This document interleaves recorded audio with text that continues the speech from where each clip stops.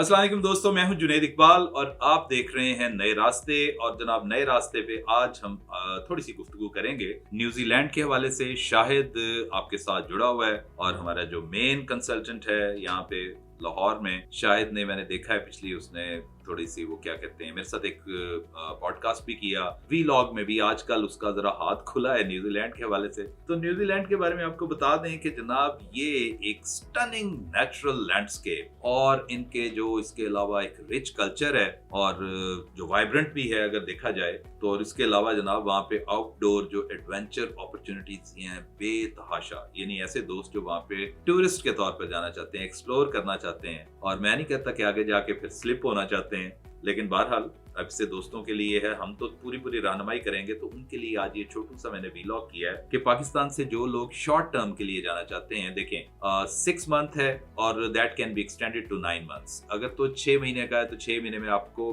Multiple entries हैं। And if it is like more than 6 month, like 9 months, तो फिर एक ही दफा आपने एंट्री वहां पे देनी है और 9 मंथ के बाद आपने वापस आना है। और इस दौरान आप जॉब नहीं कर सकते वहां पे। हाँ, ये जरूरी है कि आप मतलब इसकी इजाजत है कि 3 मंथ्स तक वहां पे तालीम हासिल कर सकते हैं। कोई शॉर्ट कोर्स होते हैं, डिप्लोमा होता है कि चलो बंदा आया ही हुआ तो 3 महीने का अगर ये भी इसको सर्टिफिकेट मिल जाए इस दौरान, तो मैं समझता हूं कि ये एक बहुत बड़ी अपॉर्चुनिटी है। और इसमें अब ये है कि आपको चाहिए क्या क्या, आइए आपको बताते हैं। सिंपल सा है, न्यूजीलैंड वीजा हासिल करने के लिए आपको सबसे पहले तो अपनी आइडेंटिटी बतानी होगी कि आप कौन है। तो जाहिर बात है आइडेंटिटी के बताने के बहुत सारी चीजें हैं जो एस्टेब्लिश करती हैं आपकी आइडेंटिटी को। अगर तो ऑनलाइन अप्लाई कर रहे हैं तो जस्ट सेंड देम, अपलोड करें एक फोटोग्राफ, ठीक है, जो कि एक तरीके से की जाती है और एक मतलब जिसका बैकग्राउंड भी होता है, साइज भी होता है, व्हाटएवर। और अगर आपने फिजिकली वहां पे अप्लाई करना है थ्रू पेपर्स, तो फिर आपको जनाब 2 फोटोग्राफ्स देनी होंगी। पासपोर्ट आपके पास वैलिड हो और उसके अलावा ये है कि आपके पास पुलिस का कैरेक्टर सर्टिफिकेट हो,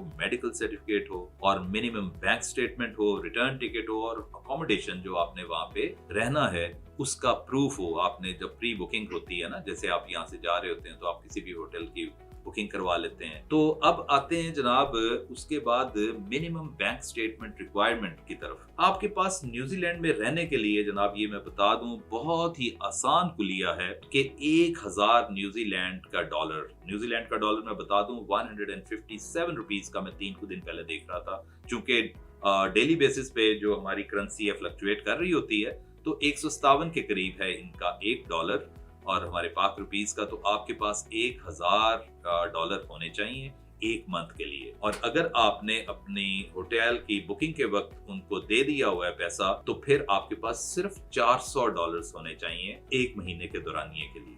और ये तो वो हैं $1000 और $400 अगर आप किसी पर इन्हिसार नहीं कर रहे हैं, अपने ऊपर इन्हिसार कर रहे हैं।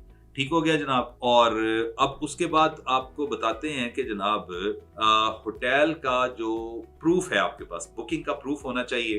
प्रीपेड वाउचर्स होते हैं, रिसीप्ट होती हैं, वो आपने अपने पास रखनी है, उनको दिखाना भी है। और बैंक स्टेटमेंट के मुताबिक मैंने आपको बताया था कि आपके पास if you are there for 3 months तो आपके पास $3000,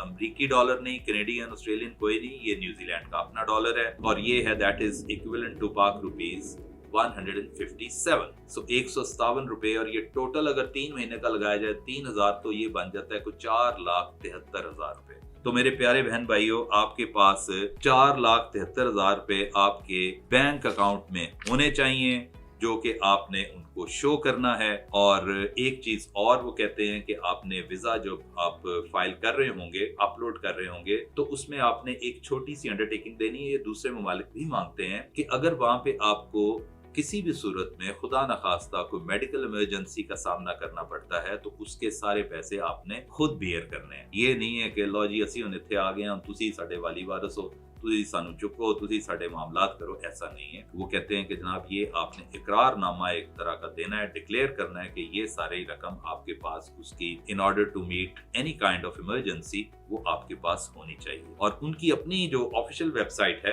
उसमें वो कहते हैं कि जो 80% केसेस होते हैं वो हम जनाब 4 वीक्स में निपटा देते हैं। 80% केसेस मेरे प्यारे बहन भाइयों दोस्तों अप्लाई करो। 80% जो केसेस है हाँ या ना आपको 4 वीक्स में हो जाते हैं। कोई कोई 6 महीने 8 महीने और 10 महीने और जनाब अपॉइंटमेंट्स का कोई चक्कर नहीं है, रौला ही नहीं है। इधर से ठक करके अप्लाई करें, आपको 4 महीनों के बाद वहां का फेट आ जाएगा और 80% केसेस में आपको 4 वीक्स ही लगते हैं। और आजकल मैं आपको बता दूं कि वीजे काफी ज्यादा फराख दिली से, बड़ा दिल है उनका जनाब, और वो वीजे आपको दे रहे हैं। और इस जो एक अपॉर्चुनिटी है इसका आप फायदा उठाएं। आपका बहुत बहुत शुक्रिया। आखिर में एक चीज और याद दहानी के तौर पर आपको बता दूं कि जनाब 30 तारीख को बरोज जुमेरात, आई बिलीव, हाँ जुमेरात को हामिद हमजा साहब इस्लामाबाद से लाहौर तशरीफ लाएंगे। आपके लिए आना उन्होंने, और उनका एजेंडा है जनाब पोर्चुगाल में स्टडी डिप्लोमा वीजे के लिए है। वहाँ पे एंट्री है, TRC मिल जाता है 3 महीनों में